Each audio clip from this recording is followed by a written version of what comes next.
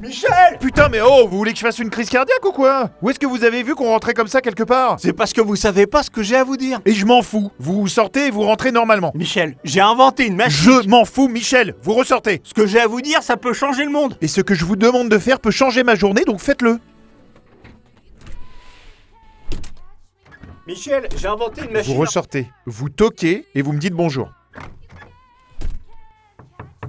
Entrez.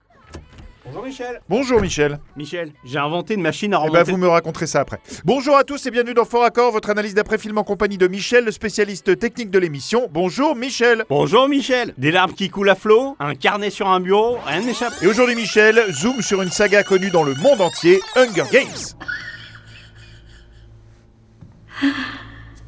Ça promet d'être très intéressant. Oh que oui, j'ai fait les 5. Sauf qu'il y en a 4. Non, 5. Hunger Games 1, Hunger Games 2 l'embrasement, Hunger Games 3 la révolte partie 1, Hunger Games 4 la révolte partie 2, chez moi ça fait 4. Hein. Vous oubliez le préquel. Hunger Games, la balade du serpent et de l'oiseau chanteur. Ah oui, vous avez raison, ouais. Et c'est par ça que je commence. Regardez bien Arachne. Ça se voit pas, mais elle a un verre de vin à la main. Il est baissé, en hors-champ, mais soudain, S'il n'était pas occupé à diriger la nation. il est levé. Ah ouais, bien vu ça. Oh, c'est pas tout. Plan suivant. Son verre est baissé, elle le relève. Amusant. Il y a plus amusant. Coriolanus Snow est devant une assiette dans laquelle il y a un sandwich et... Des cookies. Combien de cookies? Il y en a 3, Il en prend un. donc il en reste 2. Non, il en reste 3. Oh non, putain Michel, on va pas se vénérer à chaque fois là-dessus. Non mais attendez, j'ai pas dit que c'était normal. Et vous voulez en venir où alors? Bah 3 cookies. Il en prend un. Il en reste 2, mais en fait, Mais rester au Capitole est en train de me tuer. Alors fais quelque chose, bats-toi. il en reste 3. Que s'est-il passé? C'est ce qu'on appelle un fort accord, Coriolanus. C'est bizarre comme nom quand même.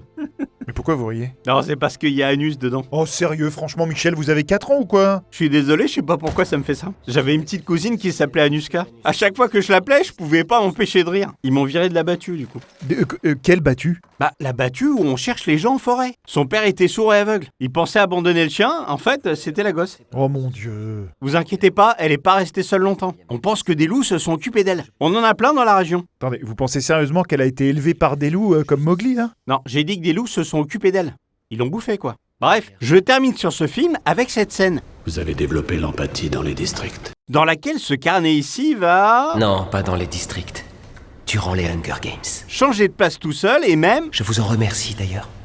disparaître d'un plan sur l'autre. Est-ce que c'est terminé? Oui, je passe à Hunger Games 1 si ça vous dit. Non mais faites ce que vous voulez Michel, là je suis encore un peu sous le choc de votre histoire de famille là. Je devrais m'y habituer à la longue, hein, mais j'y arrive pas. Alors je commence avec cette scène dans laquelle Buttercup... C'est lui là. Vous pouvez peut-être préciser que c'est le chat de la sœur de Katniss. Les chats. Bah non, elle en a qu'un. Alors il a un super pouvoir. Dans le premier film, c'est un chat de gouttière noir et blanc. Sauf que dans le deuxième film, Katniss?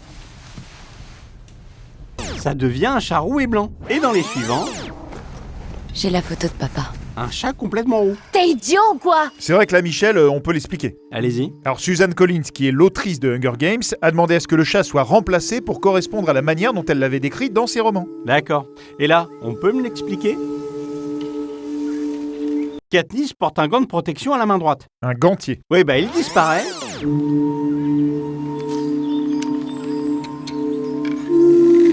Alors qu'elle prend en chasse l'animal. Elle a pu l'enlever en même temps. Sauf...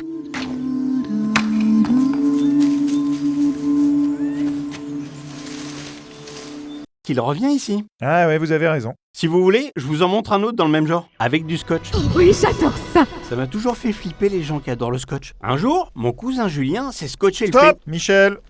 Regardez bien ce bout de papier.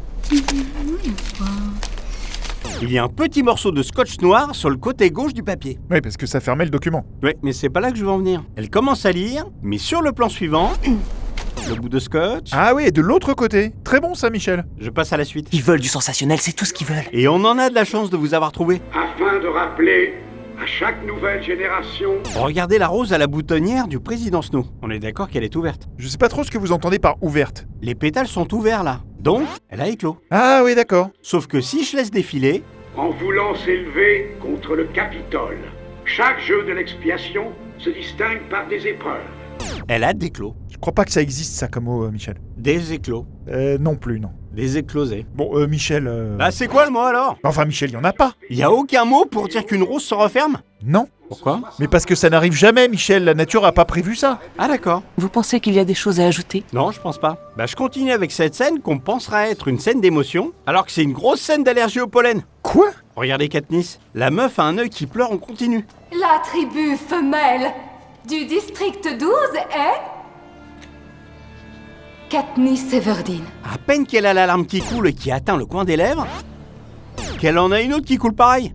Eh mais attendez, c'est un problème de raccord de montage ça, c'est la même larme qui coule 2 fois, non? Exact. Repassez-la pour voir. Katniss Everdeen. Ah bah oui, voilà, c'est ça. Maintenant, si vous voulez bien, je vous montre une des scènes les plus ridicules de ce film. Oh là. Il a le droit de faire ça? Non. Il a pas le droit, mais il le prend. Et n'est pas né celui qui m'arrêtera. Je vous passe cet extrait une première fois. Je veux m'éloigner le plus possible de la plage. J'ai pas envie de mourir grillé. On n'est pas seul. Et je vois pas en quoi cette scène est ridicule, hein, Michel, mais bon, j'imagine que vous allez nous expliquer ça. Avec plaisir. Katniss tire ce qu'on appelle un dérouleur de câble. D'un coup, J'ai pas envie de mourir grillé.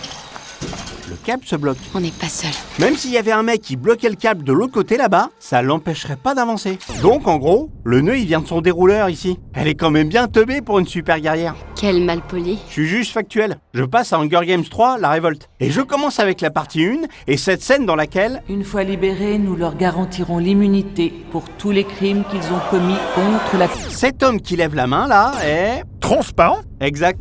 Incroyable ça se voit pas à l'œil nu. Mais si on y fait attention, ça se voit. Oui. Et parfois, si on fait attention, ça s'entend aussi.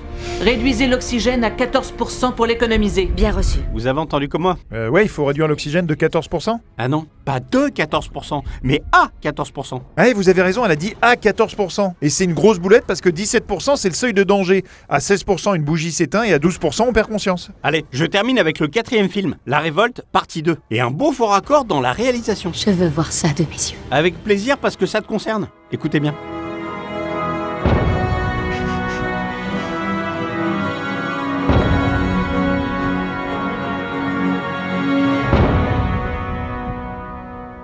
Alors, Katniss Everdeen, une malheureuse jeune fille instable avec rien d'autre qu'un pauvre petit talent d'archer, est morte. Le président Snow annonce la mort de toutes les squads de Katniss et de Katniss elle-même. Sauf que...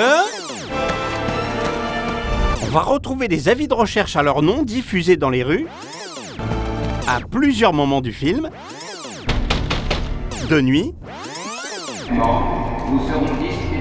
comme de jour. Ouais, en effet, s'ils sont morts, ça n'a aucun sens. Je termine avec quelque chose qui va vous plaire. Est-ce que vous savez qu'il y a un Français célèbre au casting du film? J'en crois pas un mot. Eh ben tu vas voir, c'est lui.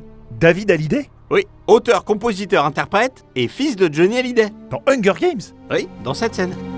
Désolé, Mda. C'est lui le garde là. Et il s'agit pas d'un sosie, c'est bien lui. Voilà, j'ai fini. Eh ben c'était très bien, Michel. Ils nous ont bien bousillés, pas vrai? Bon, ça va, c'était pas méchant. En tout cas, c'est la fin de cette émission, on se retrouve très bientôt pour un nouveau faux raccord. Et j'aurai du lourd, du très très lourd. Michel.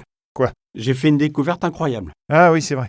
Bon bah allez-y, je vous écoute. J'ai inventé une machine à voyager dans le temps, à partir de toutes les recherches que j'ai rassemblées. Et ça donne ceci. Ok. Bon, c'est vrai que celle-là, vous me l'aviez pas faite encore, hein. Je peux revenir de 7 secondes en arrière à chaque fois que j'appuie sur ce bouton. Ouais, c'est galère pour revenir au Moyen-Âge, quoi. C'est un peu long. Bah allez-y, montrez-moi. Ah oui, c'est vrai. Bon bah allez-y, je vous écoute. Incroyable, ça marche. Qu'est-ce qui marche? J'ai inventé une machine à voyager dans le temps, je vous l'ai dit. Mais vous m'avez rien dit, Michel. Je vous ai rien dit. Évidemment, je vous l'ai pas encore dit. Ah oui, c'est vrai. Bon bah allez-y, je vous écoute. Michel, ça fait plusieurs fois que j'essaie de vous l'expliquer. J'ai inventé une machine à voyager dans le temps et elle marche. Je suis revenu dans le passé de notre conversation. Vous me comprenez? Mais qu'est-ce que vous racontez encore, Michel? J'ai une idée, vous allez voir. Ah oui, c'est vrai.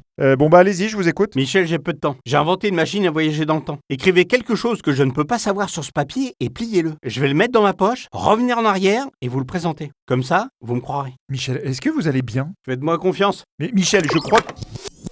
Ah oui, c'est vrai. Bon bah allez-y, je vous écoute. Michel, j'ai inventé une machine à voyager dans le temps. Lors de notre dernière rencontre, je vous ai demandé d'écrire quelque chose sur ce papier. Quelque chose que je ne pouvais pas savoir. Dépliez le papier. Vous reconnaissez l'écriture?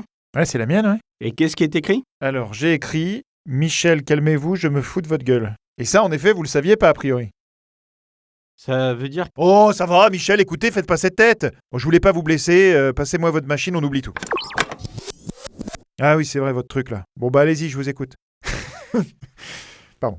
Excusez-moi Michel, je recommence. Une grosse erreur de traduction. Ou de post-synchronisation. Un gentil figurant qui dort. Des cadavres qui respirent encore. Une épée en latex. Un slip dans une grosse scène de sexe. Une fille toute sèche qui sort de l'eau. Un nain déguisé en manchot. J'attaque les champs en contre-champ. Les mauvais raccords dans le